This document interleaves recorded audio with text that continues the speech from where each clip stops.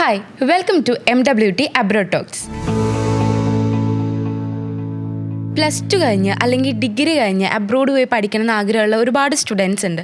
എന്നാൽ ഇവരൊക്കെ എപ്പം മുതൽ ഇതിൻ്റെ പ്രിപ്പറേഷൻ സ്റ്റാർട്ട് ചെയ്യണം, അല്ലെങ്കിൽ എന്തൊക്കെ പ്രിപ്പറേഷൻ ആയിരിക്കണം അവർ സ്റ്റാർട്ട് ചെയ്യേണ്ടത്? ചന്ദ്ര, വളരെ വാലിഡ് ആയിട്ടുള്ളൊരു ക്വസ്റ്റ്യൻ ആണ് ഇപ്പോൾ ചോദിച്ചിരിക്കുന്നത്. എപ്പോൾ സ്റ്റാർട്ട് ചെയ്യണം, എന്ത് ചെയ്യണം എന്നുള്ളത് ഒരുപാട് സ്റ്റുഡൻസിൻ്റെ ഉള്ളിലുള്ളൊരു കൺഫ്യൂഷനാണ്. അപ്പോൾ അതിലൊരു 2 പാർട്ടായിട്ട് ആൻസർ ചെയ്യാനാണ് ഞാൻ ആഗ്രഹിക്കുന്നത്.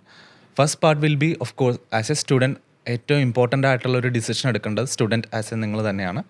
അപ്പോൾ അതിൽ വരുന്നത് എന്ത് കോഴ്സ് പഠിക്കണം, അല്ലെങ്കിൽ ഏതാണ് ട്രെൻഡിങ് ആയിട്ടുള്ള കോഴ്സ്, ഈ കോഴ്സ് പഠിച്ചു കഴിഞ്ഞാൽ എന്ത് ജോലി സാധ്യതയുണ്ട്, അത് പഠിക്കാൻ പോകുന്ന രാജ്യത്തായിക്കോട്ടെ അല്ലെങ്കിൽ നമ്മുടെ കറണ്ട് ഇന്ത്യയിലായിക്കോട്ടെ എന്ത് ജോലി സാധ്യതയുണ്ട്, ഈ കാര്യങ്ങളെക്കുറിച്ചുള്ള വ്യക്തമായിട്ടുള്ള അറിവ് ആ കുട്ടിയും അതുപോലെ തന്നെ അദ്ദേഹത്തിൻ്റെ പാരൻറ്റിനും നിർബന്ധമായിട്ടും വേണം. അത് പാരൻറ്റ് അതിൽ തീർച്ചയായിട്ടും സപ്പോർട്ട് ചെയ്യണം. അതേപോലെ തന്നെ ആസ് എ പാരൻറ്റ് അവർക്കും കുറച്ച് ഇമ്പോർട്ടൻറ്റ് റോൾ ഇതിൽ പ്ലേ ചെയ്യാനുണ്ട്. കാരണം ആസ് എ സ്റ്റുഡൻറ്റിനെ സപ്പോർട്ട് ചെയ്യേണ്ട ഒരു കൃത്യമായിട്ടുള്ള ഒരു ഉത്തരവാദിത്തം പാരൻറ്റിനുണ്ട് in terms of financials. So പല രാജ്യത്തും ഫിനാൻഷ്യൽ ഡോക്യുമെൻറ്റ്സിൻ്റെ ഡോക്യുമെൻറ്റ്സ് സബ്മിറ്റ് ചെയ്യേണ്ടതായിട്ടുള്ള ആവശ്യകതകളുണ്ട്.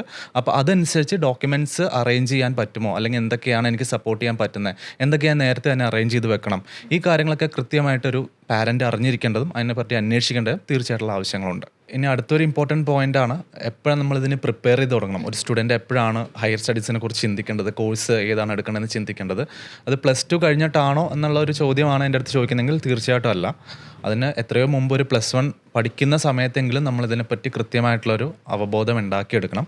ആസ് എ സ്റ്റുഡൻ്റ് ആയാലും പാരൻ്റ് ആയാലും കൃത്യമായിട്ട് അതിനെപ്പറ്റി അന്വേഷണം ഒരു +1 മുതലെങ്കിലും സ്റ്റാർട്ട് ചെയ്യണം. എങ്കിൽ മാത്രമാണ് ഒരു എഫക്റ്റീവ്ലി പ്ലസ് ടു കഴിയുന്നതോടുകൂടി അവർക്കൊരു രാജ്യം ഫൈനലൈസ് ചെയ്യാനും അല്ലെങ്കിൽ ഒരു കോഴ്സും യൂണിവേഴ്സിറ്റിയും ഫൈനലൈസ് ചെയ്യാനും അതിൻ്റെ ഒരു അഡ്മിഷനും അതിൻ്റെ ബാക്കിയുള്ള വിസ പ്രോസസ്സ് സ്റ്റാർട്ട് ചെയ്യാനും അവർക്ക് തീർച്ചയായിട്ടും പറ്റുള്ളൂ.